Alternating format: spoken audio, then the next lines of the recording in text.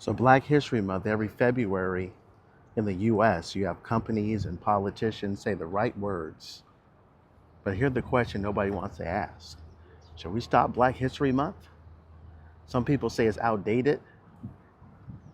Others say it's still necessary. So today I'm going to break down 10 reasons why maybe we want to consider getting rid of Black History Month.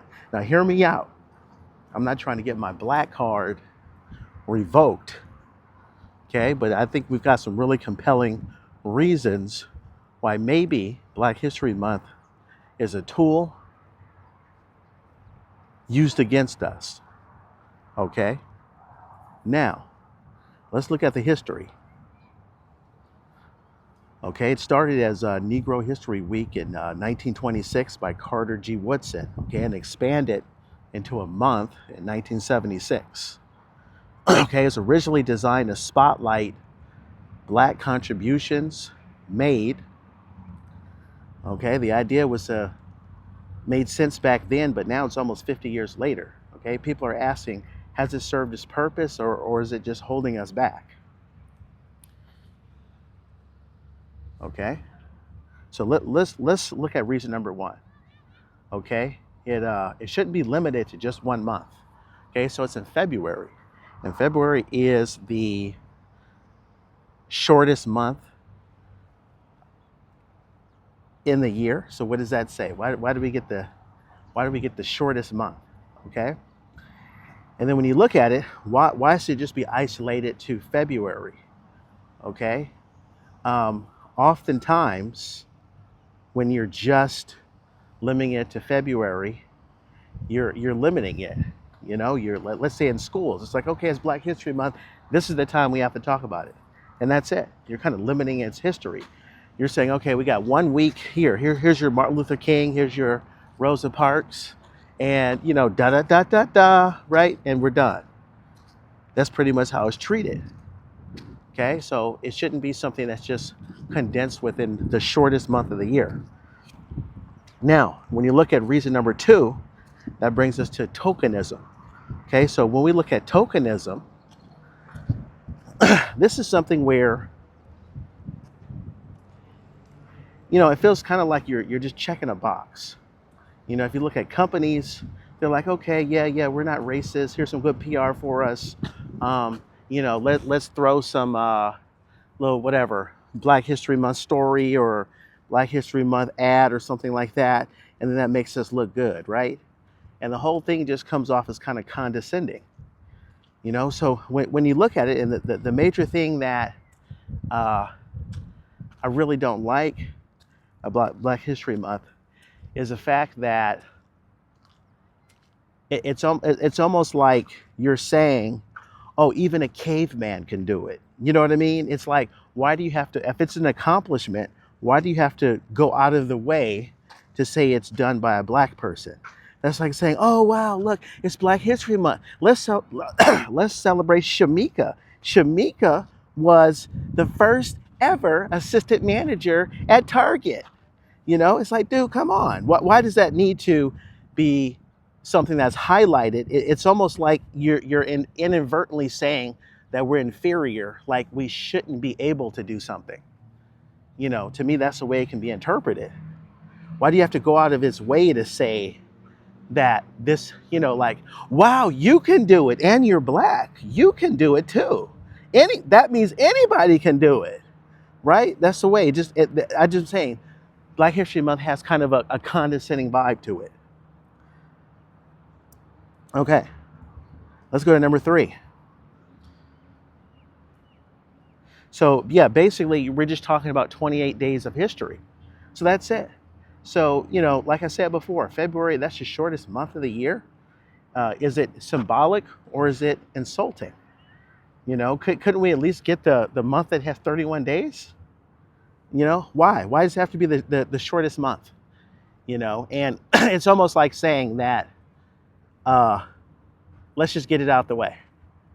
Let's, you know, have it in February. Hey, we said it, we acknowledged it, there, you know. Why don't we get reparations? Give us reparations and then we'll forget about the whole Black History Month thing. You know, they've done it for so many other cultures, why not do it for us? I feel like this is just like a cheap consolation prize to not have to give us reparations. Instead, it's no, we gave you your month. We gave you your month. We gave you a commercial, right? We gave you like 20% off at KFC. So why are you mad? Yeah, and that brings me to reason number 4 is commercialization. Okay. So these ads, companies roll out slogans, hashtags, merch, but they rarely invest in actual Black communities. People ask, people ask the question, who's really benefiting? Is it the culture or the corporations? And then I feel like I said before, the ads are just so like out of touch. I even saw something recently where I think this is not Black History Month, but it's Juneteenth. And I think some company or somebody was trying to give out like it was like soul food, right? So it's just, I don't know. I feel like these are all like just condescending fake attempts to try to pander and make yourself appear like you're not racist. That's just how it comes across to me. Let's take a look at reason number 5. Okay, you look at schools. Schools really treat Black History Month like it's optional. Okay, they say, okay, it's just February. We'll roll out the same little thing. They don't really try to weave it into their curriculum. Instead, what they do is it's just some stuff on the surface level. Hey, let's get a Martin Luther King coloring book. Great. Okay, all right, we did it, right? Rosa Parks, yeah, back of the bus, front of the bus, whatever, right? And we're done. There's so much more, and I feel like when you're limiting, like I said before, when you're limiting it to 1 month, you're really saying that there is a lack or shortage of accomplishments and information that can be weaved into a particular curriculum. Okay, you just don't have that much stuff. So yeah, we'll just do it for a month, because that's about all. We have to really scrape and scramble just to get enough information. Hopefully, we can cover a month, right? And a lot of times it's just like some, Black History Month, like freaking knock joke or something, right? Did you know, right? Did you know who created the peanut? All right, reason number 6. We're talking separation versus integration. Okay. So when you look at banners, okay, they're typically, when you're looking at banners, they're typically separated. Like Black history is something totally different than American history. It's showing like, instead of showing it as progress, if George Washington is in every history book, why isn't Frederick Douglass? Okay. Let's take a look at reason number 7. You're pretty much overshadowing everyday contributions. Okay. You focus on a few big names. You got Martin Luther King, Malcolm X, Rosa Parks, and neglects innovators in science, business, and art. Okay, when we highlight the same 3 people, we miss out on the richness of its story. Okay, that's, let's go to number 8. Okay, the narratives are repeated. Same narratives. Year after year, schools repeat the same stories. Kids don't really get deeper. They don't get into things like Black Wall Street, or modern tech Black pioneers. And, when you really look at it, right? If you really break it down, when you celebrate Black History Month and they play like the same movies or Roots and on TV, it's always like, remember you were a slave. That's what I feel like. I feel like this is deep-seated programming. Remember, you're a slave.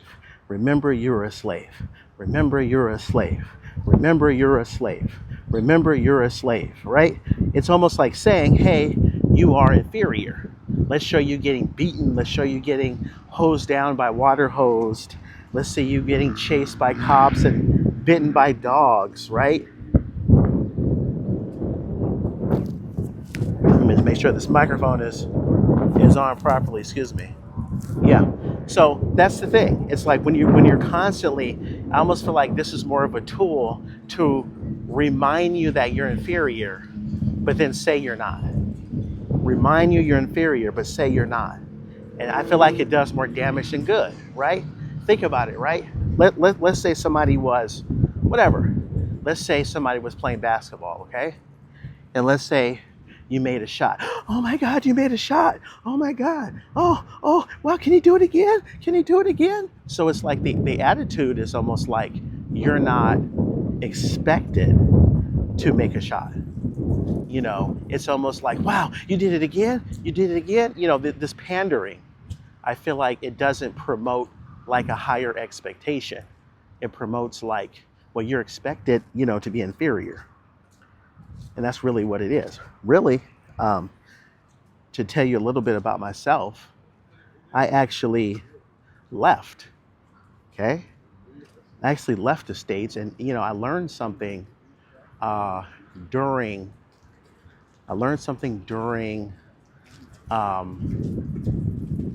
the pandemic, okay? And because I actually got a chance, I was living outside of the country, I got a chance to come back. And I was kind of on the fence. I was thinking, maybe if I just made a little bit more money, things will be better. Things will be better.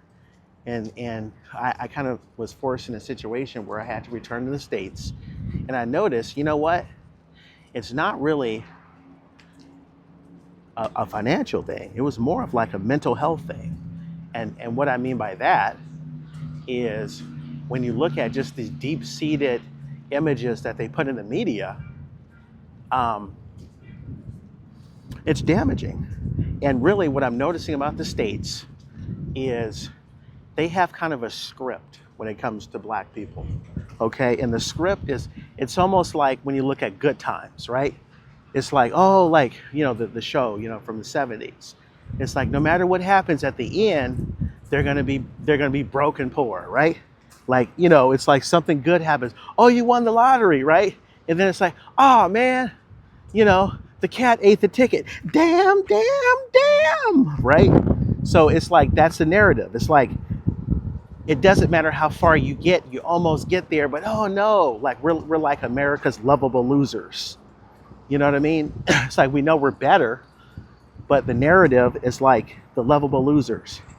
Where at the end of the day, it's like you're still inferior, and that seems to always be the message. It's like I feel like this is used as a tool of being a constant reminder. We need to constantly remind you that that basically you're less than. That's pretty much what it is. That's pretty much what the message is. All right, let me continue. All right, next reason. This is kind of an excuse for institutions. Okay, so some organizations use February as a shield. Look, we celebrate it, but no lasting policies, hiring practices, or investment changes. I personally would trade. There's some things I would trade Black History Month for. Personally, I would trade it for one, reparations. That's one. I would trade it for some policies. I would trade it for some policies where maybe what is it? Just like the Native Americans traded for free college. I'd be okay with that. I'd be cool with that. Another thing, maybe investments in the Black community. Real ones. I would trade that. But the month, it just seems so. It really just seems so trivial compared to what other cultures that went through things got. Mm-hmm. Yeah. So maybe we don't end Black History Month, but maybe it should evolve. That's something that we need to consider. If we get a chance to have it evolve into maybe some policies, maybe into, I would prefer a trade-off. I'll trade Black History Month for not making us look like buffoons in the media. Okay, when we look at movies and we're always shown as like, drug dealers, gangsters, things like that, because when you look at TV and movies, that's projecting. We're really projecting how we're going to act. It almost reminds me of like when we used to watch like Jerry Springer, right? We used to watch that show, and at first it seemed just kind of like it's kind of just like a joke, a satire, and then next you know it, 5-10 years later, this is reality. This is how people are really acting. More and more it becomes like the norm, and it becomes culturally acceptable. So yeah, let me know in the comment section what's your stance. Would you give it up? Would you give up Black History Month, and for what? Okay, what would you be willing to trade it for? Okay, because I'm just at a point where I see it more as a tool used to remind and embed images. It's like you have to be reminded that you're inferior in America. And matter of fact, even all these comments I used to hear, even when I listen to YouTube videos, because I'm into travel. Right now, like I said before, not in America. I don't know if you can see, this beach could be anywhere, right? But it's not America, just to know it's not America. But a lot of times, like the first videos I would see, they'd be talking about, is it safe for Black people? Are you treated right? It's like there's so much of a narrative to where like there needs to be some type of asterisk put next to being Black. And I feel like that has us limited in our thinking. I feel like it has us limited in our thinking when it comes to just our ceiling. I feel like things like Black History Month is contributing to putting a ceiling on us and reminding us that we're inferior, reminding us that, we're like people don't like us or people don't view us as equal. And, of course, that was part of history. Why do we need to be reminded of that every single month? I almost feel like it almost reminds me of when I look at like the American media, what they have for African movies. Whenever you see African movies, what is it? It's something of like war, or it's something where like they get conquered or get put on slave ships, or there's some type of poverty, right? So that's the narrative. They put the narrative on Black people, like African Americans. It's, we are inferior, we are ghetto, violence, gangs, drugs.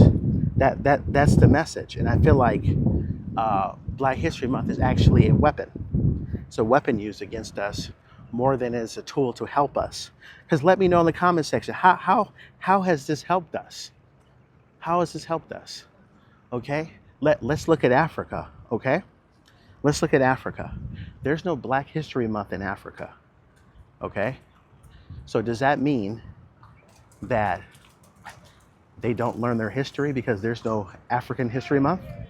They still know their history. They know their history. They damn near know our history better than we do.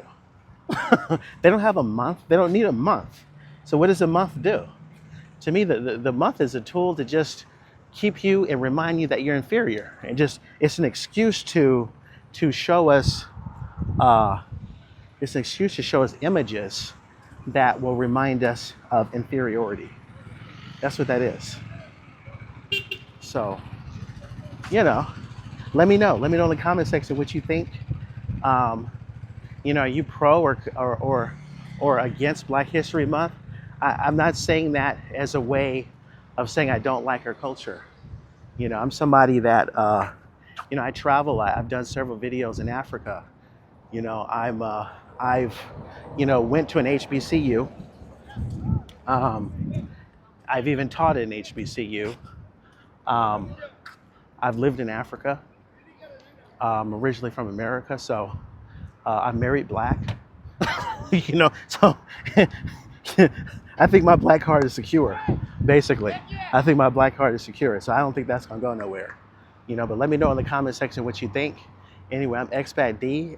If you want to check out my channel, if you're somebody that has gotten fed up to the point where you want to leave, that's something that I did. I ended up leaving America. And if you want to know more about that and how you can use that as a tool to get ahead and get maybe a better cost of living, check that out, my channel. If you just want to explore and see your options, a lot of things that you can improve when you travel abroad. You can improve your dating. You can improve your financial situation. You can improve your ability to travel. You can improve your overall health. You can improve your, get better food. You can improve your mental health. So there's so many things that you can do by going abroad. So if that's something you're interested in, check out more videos in my channel. I've been to over 35 different countries, and I plan on adding to that list and documenting and showing you guys. I've been doing this for for a while. I don't know what took me so long to get on YouTube. I've been in and out of the country since 2002. So yeah, let me know. Let me know if that's something you're interested in. Anyway, I'm going to end the video here. Thanks a lot for spending time with me. I'm Expat D. Peace and I'm out.